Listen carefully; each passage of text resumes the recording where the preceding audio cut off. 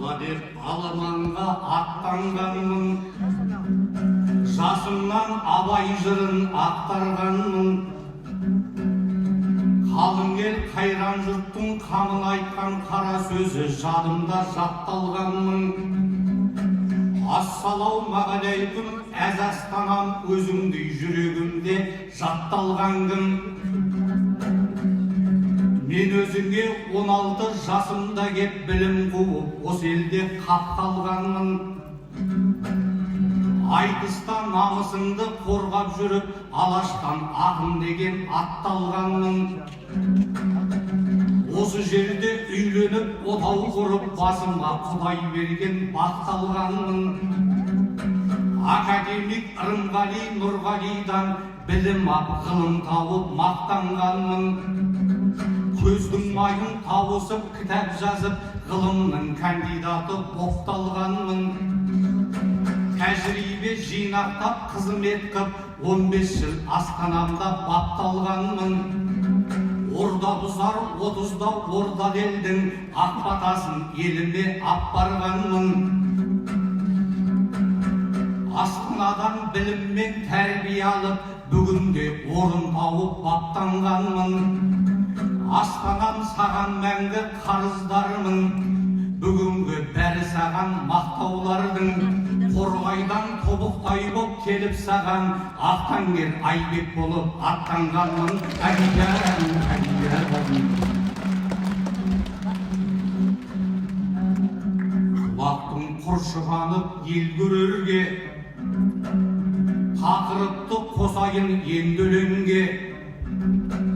Ұлабай ғылым таппай мақтанба деп өсиет қалдырыпты зерделелге. Абайды рухани ұстаз тұтқан алаштың қызмет етті ерлер елге. Әрқайсы әр ғылымға негіз салып, оқулығын таратты елден елге.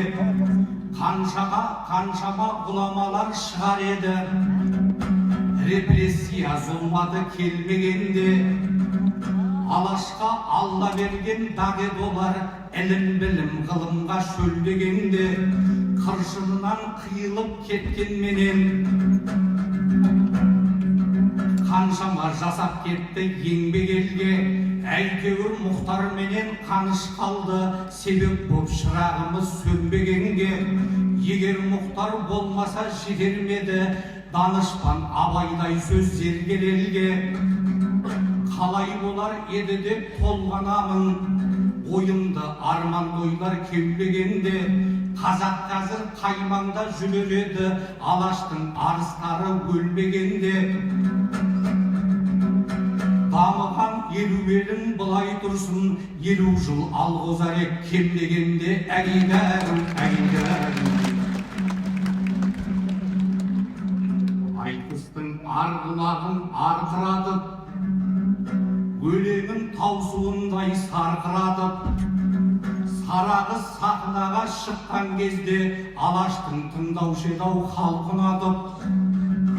21 ғасырдың сарасы едің, айтыста ақтан болған шалқып атып.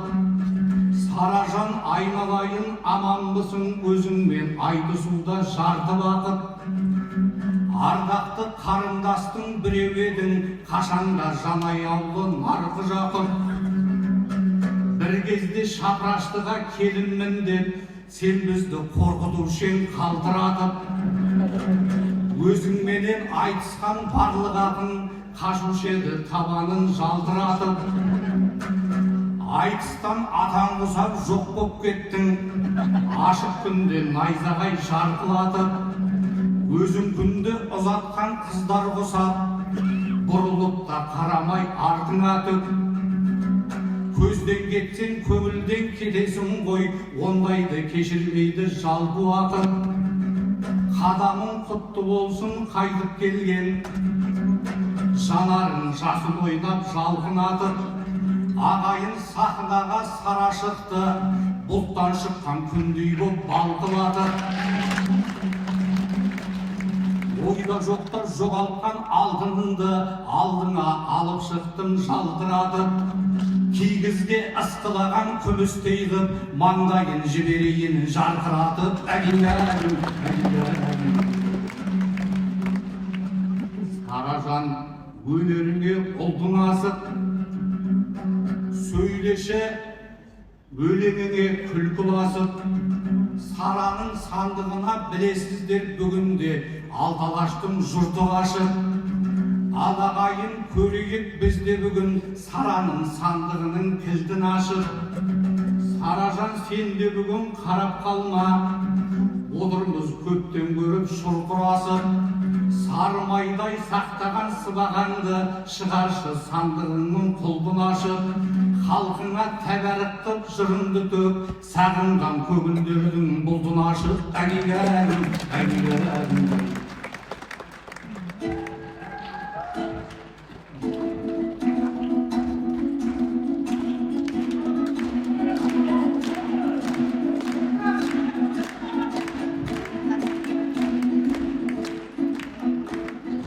Bismillah сөзді бастадым, медеттілеп Аллахтан. Айбек ағам шыға сап, жырыммен жұртты бауратқан. Шапыраштыға бардым деп, ешкімді жоқ ем жаулатқан. 15 жасымнан бәйге алдым, ел сарасына айналдым. Қазаққа ортақ қыз едім, шапалақ соқса шаңдатқан.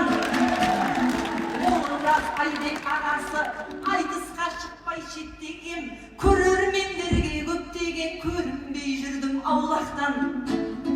Күткенді шығар алашым, 7 жыл көрмей сарасын, 2 жыл көрмей анасын, сағындым алмай солдаттан. Айбек ағам алдымда, арқалы жұртым ардымда, алдарыңда ант етіп, шығайын тағы жарқ етіп, шолпан жұлдыздай таңдатқан. Қалағандарың сөз болса, сұрағандарың біз болсақ, ақындықтың берем хақысын, жырларымдайым бал жатқан. Астана жұртым армысың, төрт көзің түгел бармысың, хан кене өткен армандап, Астана сен сап жатқан. Дүбірлі дода өтуде, Абай атама арнатқан. Қара сөз жазып қазаққа, қараңғылыққа шам жаққан. Аят хадисті бас қылған, Құранға жанын дос қылған. Әлем таныған данама, бұйырсын орын жәннаттан. Ой жетім өскен қыз едім, ұлы Абай туған шаңырақтан. Саналы сөздер айтайын, сынық ем қалған саңлақтан. Жыр төгейін көмейден, күй төгейін бармақтан. Айбекті қолдап шу десіп, Сараны қолдап көдесіп, ең соңғы жұпқа ағайын жан салып отыр жан жақтан. Бірінші Алла бір құдай, одан соң елдің тілеуі, биікке бізді шығарып қыран ұстайын дей самғатқан.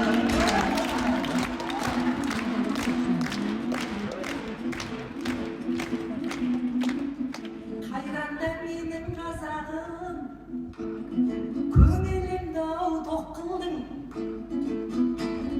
Бағытымды айқындап, шабытымды от қылдың.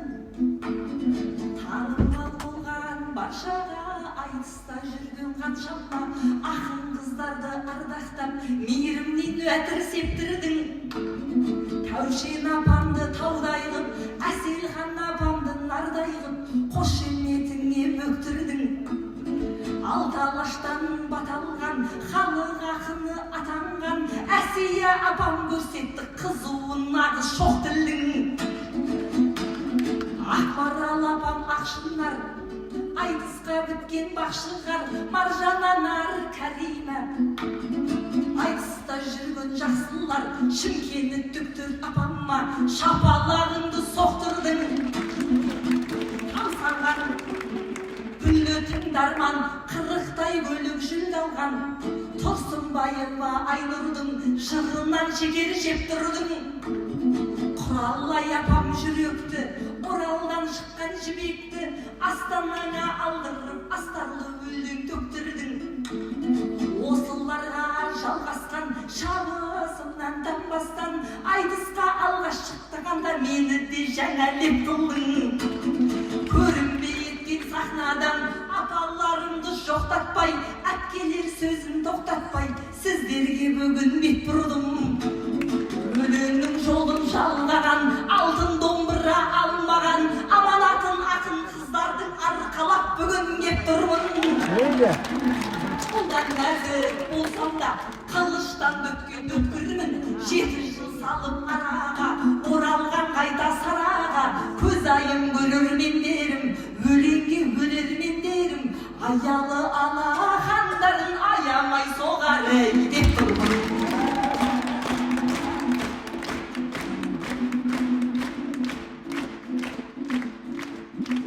Асқайып қарап отырған қасыма келген қайғысы, бұл менің Айбек ағам ғой, өлеңмен жырған байгысы. Қажылығын өтеген 4 құбыласы сайгысы, ақындардың жайгысы, ақыл ағалардың ойлысы. 50 беріп 100 алған, 7 сайдан қыз алған, қауын қарбызға бөктірген күйеу балдардың майлысы. Арқалыққа жол алып, дөкейде кән боп алып, студентінің біразы Шымкенттен келген қайнысы. Туған жерге ту тігіп, қызмет қылмауға ұмтылып, Астанаға келген жоқ әлдегімдердей байгысы. Ағамдай сөзге сардар жоқ, менде де бүгін арман жоқ. Өзіңізбен жолыққан қызғанда елдің бәйгісі. Жиналған жұртым қуанып, екеумізді көріп қуанып, кеп отыр қолын соққысы, кеп отыр құшақ жайғысы.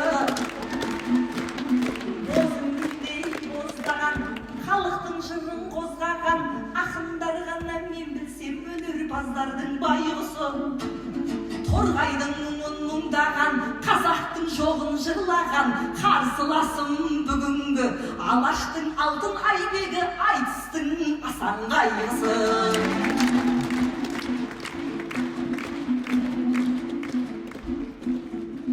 Ақын ағалар көбейді,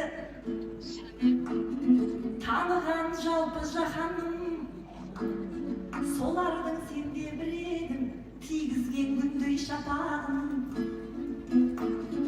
Тыңдармандары сағынған, тағдыры қаққа жарылған, оразалы дүлділ ағаммен аяқта берде сапарын. Мұхамеджан мұқалмас, жуан ақын ет жұқармас, аман жол ағам бір төбе, алпыс ақын айтыста азық қылған махамым. Балғымдек жездем қажы боп, дәулет керейім ғазы боп, серік зат ағам айтыспай, қылымға кетті разы боп, сандыққа салып шапанын. Сол ағалардан сен алдың, аралас жүрген түйедей арасында тайлақ ботанның. Айбек аға арасында ата болуға тақадың, сөздерін жатта батарның. Жас ақын балдар тартқылап, жас ақын қыздар түткіліп, келем межғылып кетпесін, сарғайған кезде шапанның, ағарған кезде сақалың. 35 жыл болыпты, сіз айтыста жүргелі, 25 жыл толыпты, біз айтысқа кіргелі, бағасын берді отаным. Қояйын десе қоя алмай, сахнадан жүрген той алмай, ал айтысын тыңдаңдар ардагер ата апаның. Алдыңа күнде келмейміз, сіздерді жиі көрмейміз, жырыңды сомдап ақынның жүгінді көтер атанның.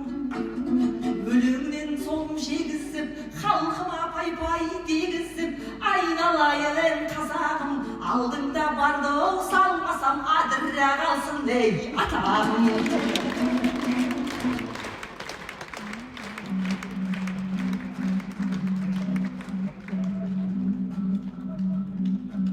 Жастарға жүр дедің бе бата беріп, Саражан қалды қырас ата болып, қартайдық қайғы ойладық ұйқы сергек, тұрған жоқ шал дегенге қапа болып. Қалса да ағаң сара ата болып, жеңесеңіз жүрген жоқ жапа көріп, елуді еңсеруге таяғанда ұйқы сергек жалықтық жата беріп, ақырғы патронды дәл тигізіп, үлгердік алдыңғы жылы папа болып. Мені ойшыл саназан саған не жоқ, біз сені қалай ғана апа делік. Өткенде Қызылордада өкпелебең, кемпір деген Мұхтарға жата келіп, әйелдің жасы мәңгі 18 деп, сөйлебең қабағыңнан қақар өріп. Қызылордада қызбын деп отыр едің, 3 айда қалғаның ба апа болып. Мен үшін сол бояғы қара қызсың, қос бұрымын жүретін қатар өріп. Кебіс ауыз кемпірге айналсаң да, қаласың ағаң үшін бопа болып байейді.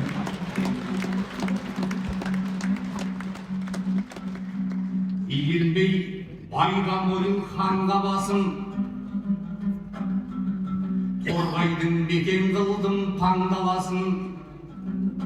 Астанадан ілім мен білім жиып, өмірдің елге бұрдым жолдамасын. Белгілі психолог, коуч болып, елге арзан ақыл айтып сарнамасын. Белсеніп қуғаным жоқ билікті де, бизнестің жасаған жоғы жарнамасын. Туғдықтың туған жердің тұғырына, ғұмырымды еліме арнағасын. Ахаң мен жақаң туған жерде туып, үлгісін ағаң қалай жалғамасын. Абырай салған жолмен оңтүстіктің оқуға шақырып жүр бар баласын. Саражан елу беріп 100 алған жоқ, жұрт мені қайыншыл деп ойламасын. Шекаралық ауылдар босап жатса, күйеу боп қалай ғана майланасын.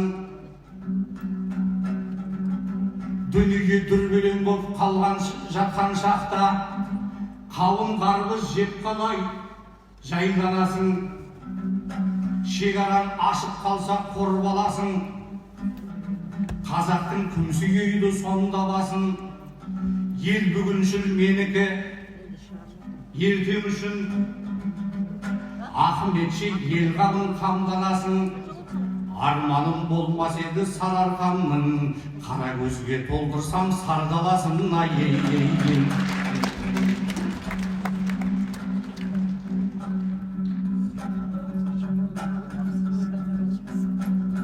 Халқымның қажетіне жарап жүрмін, жаныма абай сөзін жалау қылдым.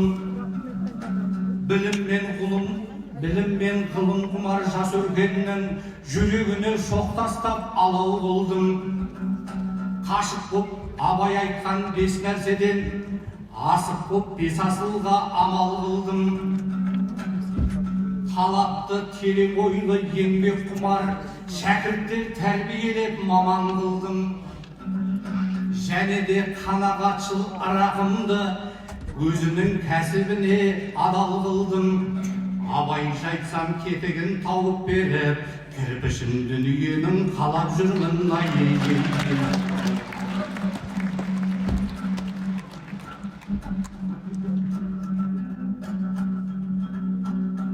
Қалмас үшін надандық бодауында, ғылым керек ойлы қыз саналуға. 30 жылда 40 мың ғалым кетті, күйбең түрлік күнкөріс талабында.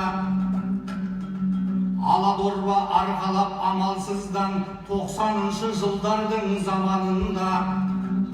Халдужиктер көбейді ғылымда да, ауызын тырнап ашып жаранында. Әкімдер академик шенеунік, доктор болып мәлік етті саланында. Орынын 30 жылғы олқылықтың бет бұрып жатырмыз ғой жалалуға. 643 миллиард қаржы бөліп, ғылымға көзқарастар жаңаруда, ғылымға осыншама бөлген қаржы әркімнің кетпес екен талабында. Ғылым мен технология дамымаса, қаламыз қараңғылық қамауында. Тоқаев жолдауында қадап айтты, жасанды интеллекті ауанында. Ғылымның жетістігін ауыл көрсін, қазақтың тамырымен әр ауылда. Жолдаудағы президент тапсырмасы бүгінде үкіметтің қарауында. Министрлер мінбеде жүре бермей, аяқпен бару керек әр ауылға. Әкімдер әуде басып, әңгіме айтпай, жағдайды жасау керек бар ауылға. Үй төлген жерге интернет бармайды деп, жабу үшін алмасын қарауылға. Жасанды интеллекті қалай барма, жасаулы интернеті жоқ ауылға.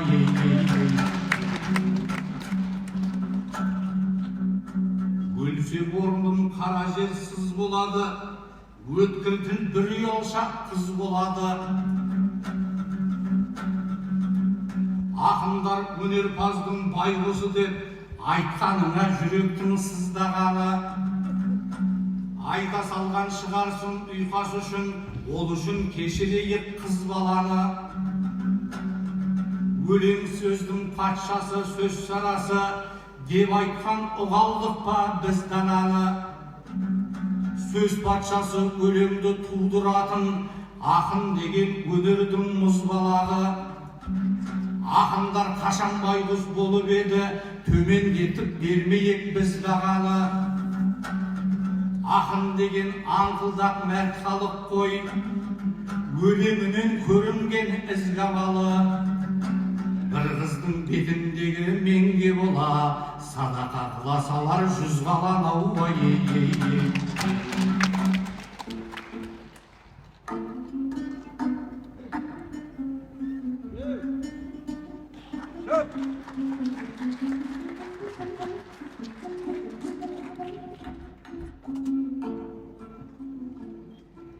Папа болдым дейсің бе, құтты болсын. Балаңыз өзіңіздей рухты болсын. Ақырғы патроным демеңізші, қуаныш үст-үстіне жұпты болсын. Тектіден текті туар жеңгем жас қой, Құдай берсе тағы да жүкті болсын. Жыр қазаным айтыста бұрқылдайды, түр қазағым қол соғып бір шулайды. Апа емес опа боп қаласың деп сөйлейді Айбек ағам шіркін жайлы. Қызылордада қазанбас қуғырдасың, Мұхтар маған кемпір деп қутыңдайды. Балапандай көрем деп қай кезде де Алатаудай Айбегім бұлқынбайды. Өнерпаздың байғұсы ақын десем, қарсы боп Айбек ағам шын тулайды.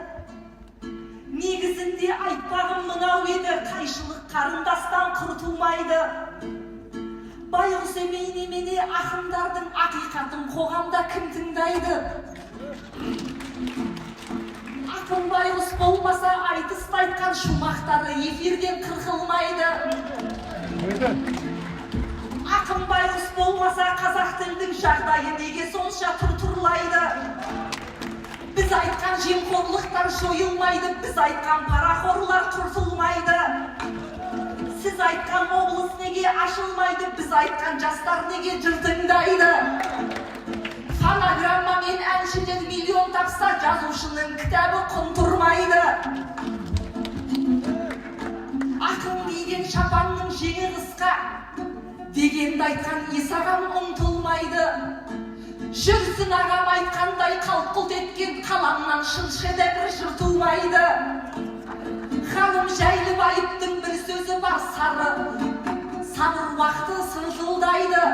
Ақындары алақан жайған елдің қатындары қолбастар ұл тумайды.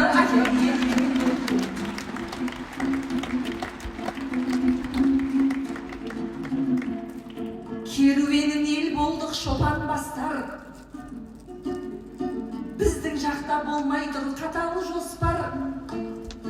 Ғылымдаппай мақтанба деген сөзді қаңқылдап құрайтып жүр қатарластар. Ғылым тауып жатса да қарыз қинап, орындаппай безіп жүр отандастар.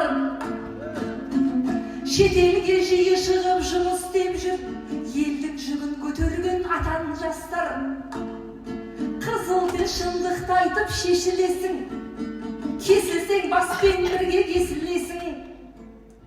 Кредитке той жасап, көлік мініп, қайран қазақ шашылдың несін нешін. Елден қалмай кредитке айфон алып, қайран жастар несіне есіресің. Кредитті қаптатып қайран өкмет, көрпеге қайды қарап қашан көсілесің. Күн көре алмай елінен безіп кеткен жастарға қалай ғана өшігесің. Англияда клубника теріп жүрген қазақ қызын қалайша өсіресің. Шетелдің шөбін шеуіп жүгіреккен қазақ ұлын қалайша өшіресің. Жастарға жұмыс тауып бермегесін, бүтіндік сақтай алмай тесілесің. Ақш үшін мұхит асып кетті жастар, туған жерге қосалмай еш үлесін. Өз елінің жабам деп несі есін, өзге жерден келіп жүр несі бесін.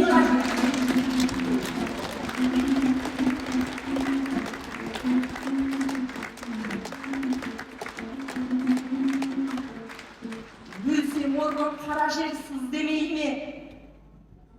Өткір тіл бір ұялша қыз демей ме? Өткенде телеарнадан көріп қалдым, өкімет түсіп алады ізге кейде. Каспий голдтан аударым жасағандар жетпесін, оның саны 100-ге дейме. Халықтың әр тиынын санап тұрса, шықпайды 100 жасайтын 100-ге дейді. Карточкадан 500 мың аударсаңдар, түсіміз тексереміз ізге дейме. 500 мың теңге тұрмақ өкімет ау, 5 тиында болмайды бізде кейде. Сондай кезде тексеріп келсеңдерші, қал жағдайын қалай деп бізге кейде. Қалай күн көріп жатсың, не жеп жатсың деп тұрса қандай ғажап сізге кейде. Картамыз толы кезде елді іздемей, қалтамыз бос кезде де іздемей ме?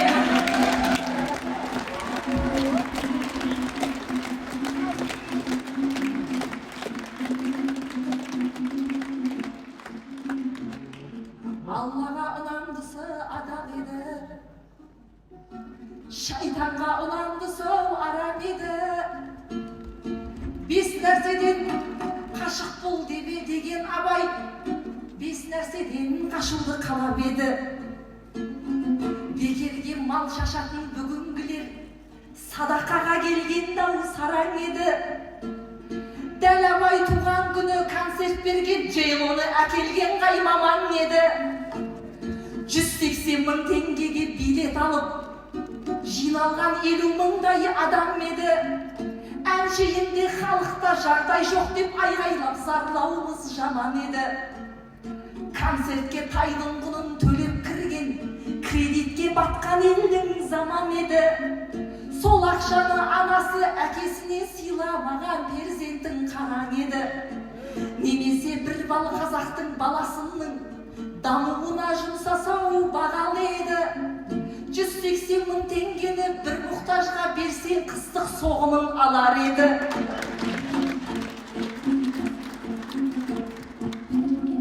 Азғындыққа бекер мал шаштыңдар деп, азап келіп қалмасау жарар еді. Құнанбай тірі болса дүре соғып бәрімізді аяусыз сабар еді.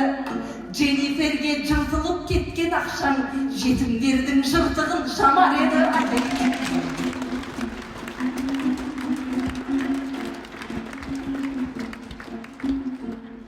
Сейілтуге кеп тұрмын саруайымды, жырлауға келген жоқпын талғайыңды. Абайдың атын алып қайта ашылған облысым көрсетті қандай үлгі.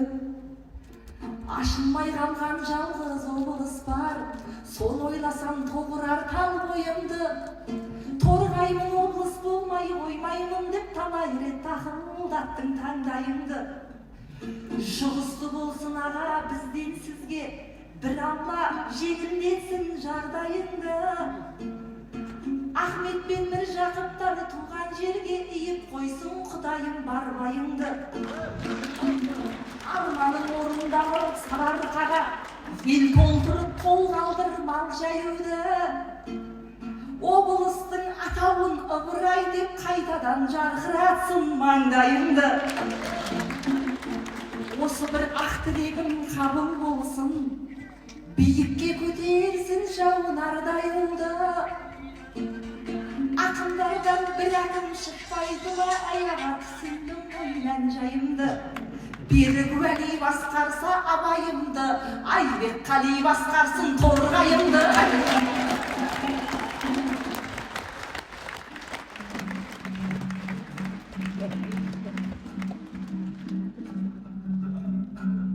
Сара қыз қылышыңды тасқа салма, ақындар байғұстықпен аспа салға.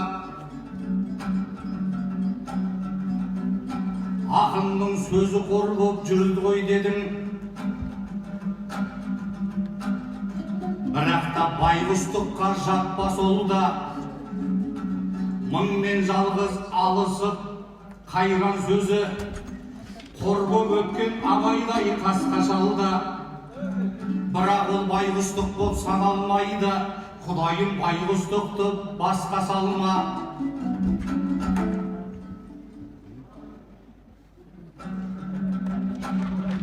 Ақындардың жағдайы жаман емес, жабырқап жанарыңды жасқа салма. Парламенттен ақынның үні шықты, ақиқатшыл Ринаттай қасқа сонда. Ақырып теңдік сұрар аман жолымен, Сұрапыл Жанарбектей доста сонда. Біраз ақын мәслихат депутатты, елінің сөзін сөйлеп баста салға. Айнұр менен екеуің миллионер, болдыңдар миллиардтан аспасаңда. Есенқұл жүрсін ғалым ағалардың сөзімен жауап беріп тастасаңда. Олар айтқан мәселе жоқшылық қой, ол сенің бұл сөзіңмен астасарына. Кедейлік пен байғұстық ол екі жол, болады бір арнаға қоспасаңда. Кедей болса болуы мүмкін ақын, бірақ байғұс болмайды ешқашанда уа ейдей.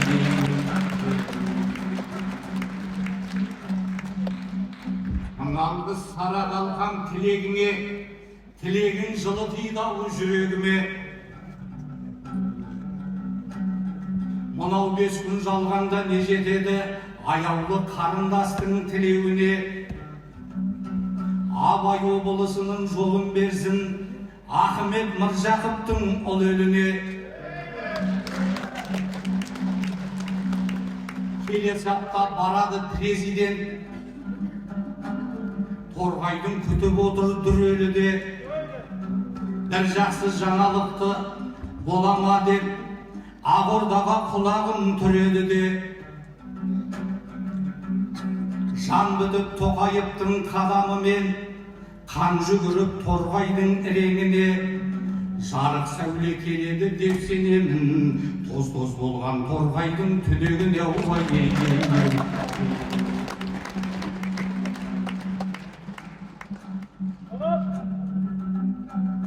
Кілтайын алып дүниенің көші мүлде, ағаңның шығып кетті-ау есі мүлде. Саражан облысты ашып тастап, Ыбырай деп қойыпты есімінде. Ыбырай облысына мен әкім қып шығарып қойған екен шешімінде. Әкімдер менсіз дағы жетеді ғой, Аллама шүкір айтамын осы күнге. Әкім боп төргөз баяқ арманым жоқ, тербелсем туған жердің бесігінде. ар намысын күзетіп туған елдің, күзетші боп жүрсем де есігін дауай.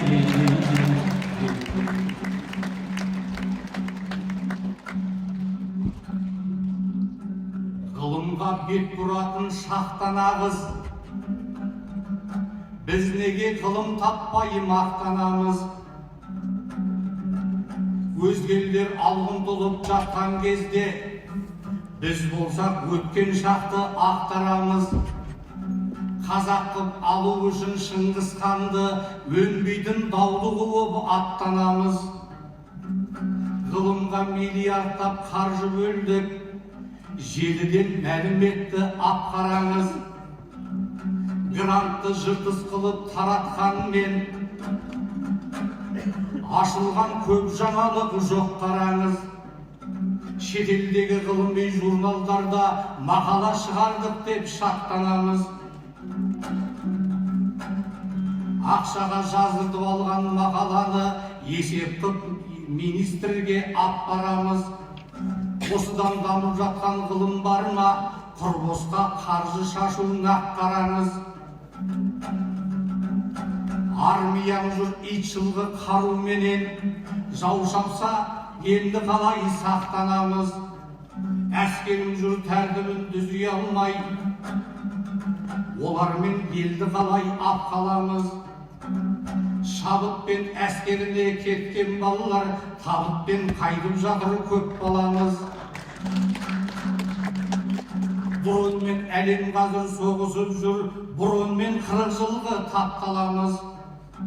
Білекпенен соғысу қалған қазір, ғылыммен білім шықты сапқанағыз.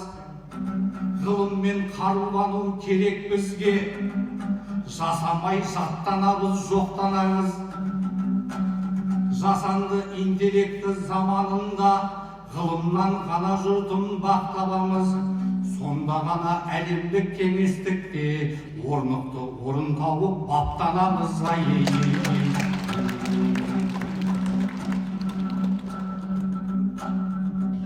Ойындап күллі әлем қарасыптан, жұртпыз ғой Әл-Фараби баба шыққан. Жидебайда жатып ақ жеті жұрттың ғылымын біліп абай дана шыққан.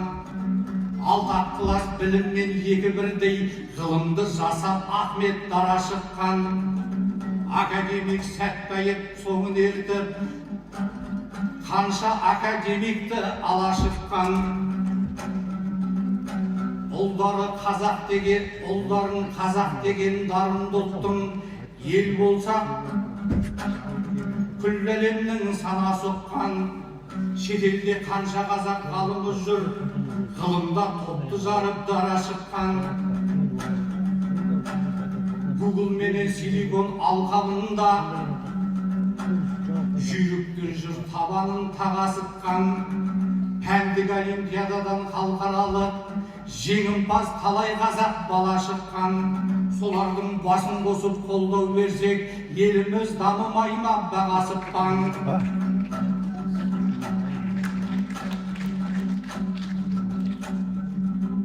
Ұлы Абайдың тәлімін жаттап ұққан, еститін ұрпақ өссін мақтаулықтан.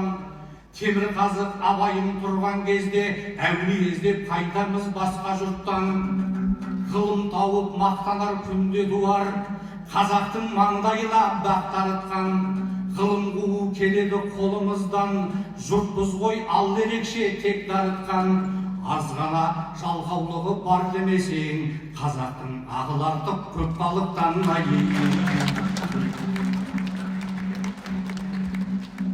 30 жыл болып еді досым өлең, алдыңда көп жүрмеспін есіп өлең. Санажан көріскенше сау болып тұр, ақылсың десігенен сесі берен. Көңілімнің патшасы көрер менім, көргенше қошаман бол осыменен. Алла жазса ертеңде жолығарымыз, шешілсе қазылардың шешімерен. Белді буып келген соң неде болса, дәм татармыз хақ бұйыртқан несібеден. ел аузында екі ауыз сөзім қалар, есілде еш болмаса есіл өлең айналар.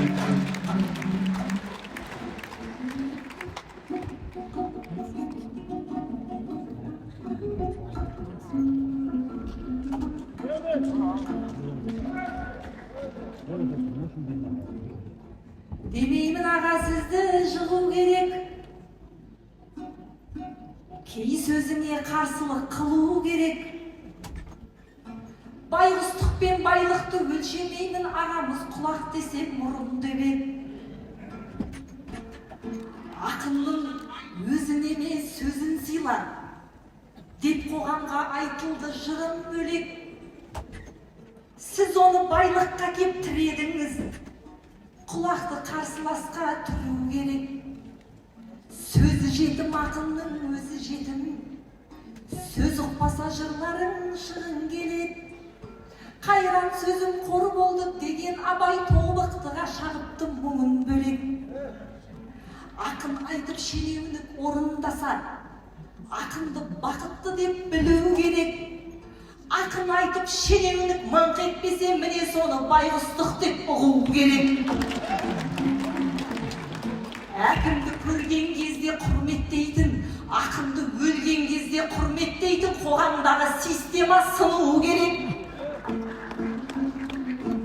Аманжол Ринат, Қазбек Жанарбектер парламентте қасқайып тұру керек.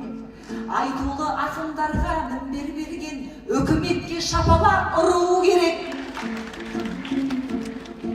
Абылайдың қасында Бұқар жүрген, бізге де дәл сол жолмен жүру керек.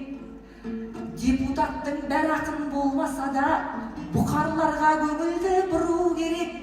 Ақорданың ішінен ақыл айтар, ақындардың алқасын құру керек.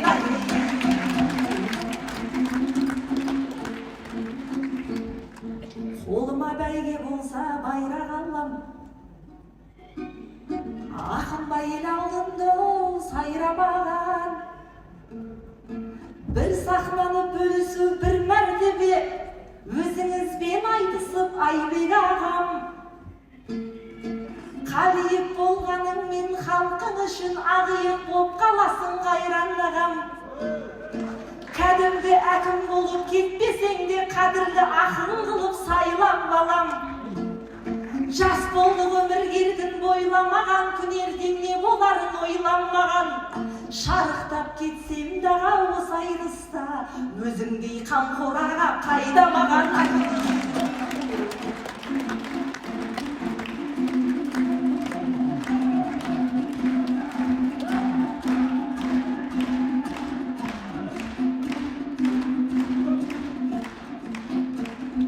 Айбек ағамның сөздерін ары қарай айтсам саралап, телефонға телмірген ұрпағын күнге аманат. Ғаламтордың кесірі тигізіп жатқан ғаламат, атына заты сай боп тұр, ғаламды торға қамап. Желілерден әртүрлі ұлын қызың үйренді қырсықтық, балаң үйренді балағат.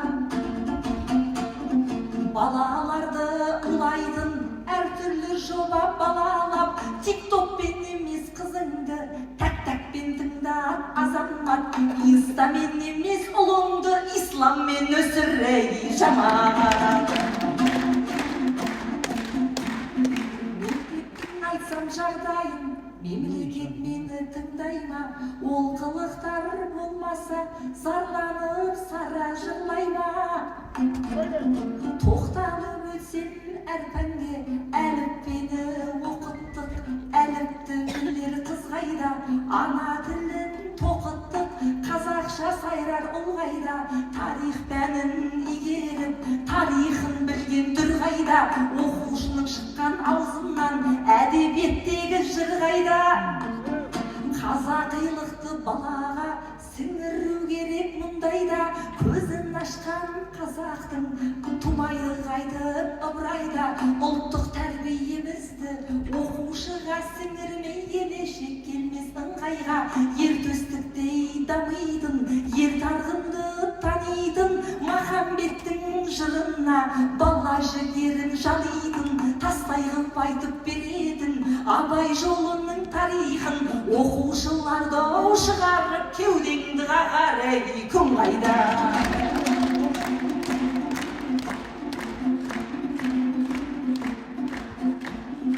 Аналардың жағдайын ана болған соң айтамын, заманымның шындығын сара болған соң айтамын. Мейлі саған айтқандай айта бер десең айтамын, қайта бер десең қайтамын. Хан шаңырақ елуі керегесі отанның астарын сөздің байқадың, шаңырағыңды шайқайтын тыңдама дұшпан айтағын. Қазақтығың аяулы, азаттығың баянды болсын деп тілек айтамын. Құнанбай болсын әр әке, Абайдай болсын әр бала, қазаның ортаймасыншы қазағым менің ей байдам. Қошемет ағайын, екі ағатын соңғы жыл болғаннан кейін тізгінін тартпадық. Тапқан жерде деген шапсын керек. Сара, сізге көрермендердің құрметі, алқалы әлемет, ардақты ағайын, бір қошемет шапалақтап қояйықшы соңғы жыл ақындарға. Ардақты ағайын, алдарыңыздан 14 ақын 7 жұп алдарыңыздан өтті. Енді алла қаласа ертең сағат 3-те осы кең сарайдың төрінде бірге жолығамыз. Оған дейін ақындардың ұпайын көтерейік. Айбек Қалиев,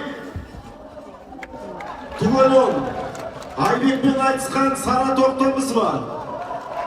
Түгел 9, қалғаны 10.